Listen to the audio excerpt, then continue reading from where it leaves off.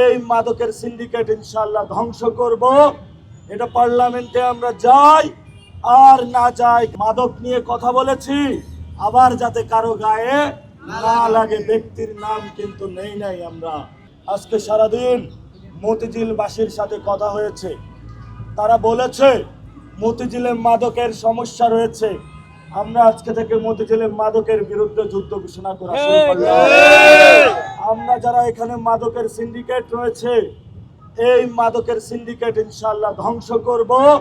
এটা পার্লামেন্টে আমরা যাই আর না যাই, কারণ আমাদের যুব সমাজকে আমাদের বাঁচাতে হবে।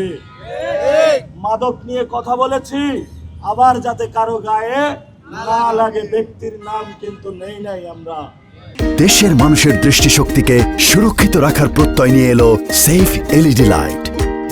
এখানে পানির সমস্যা রয়েছে, বিদ্যুতের সমস্যা রয়েছে, অনেক সরকারি জায়গা দখল হয়েছে। আমরা সেগুলো উদ্ধার করে সেগুলোতে আমরা পার্ক বানাবো, যাতে আমাদের বাচ্চারা খেলাধুলা করতে পারে, আমাদের যারা বয়োজ্যেষ্ঠ রয়েছেন যাতে জীবনের শেষ সময়ে এসে হাঁটাচলা করতে পারে, ব্যায়াম করতে পারে। আমরা এখানে দেখেছিলাম আরও নারীদের অবস্থা নিরাপদ নয় ঢাকা হাটে। আমরা মতিঝিলে নারীদের অবস্থা নিরাপদ করব, যাতে নারীদের সর্বোচ্চ স্থান আমরা এই সমাজে নিশ্চিত করতে পারি। মতিঝিলে আমরা আরো শুনেছি একটি বড় কাঁচা বাজার মার্কেট নেই। ইনশাল্লাহ আমরা আসলে মতিঝিলে বড় করে কাঁচা বাজারের মার্কেট তৈরি করব, যাতে মতিঝিলে এই ধরনের ফুটপাতে বসে আর কোনো ব্যবসা করতে না হয়। সবাই মতিঝিলের এই সমস্যাটা তো জানেন আপনারা নাকি?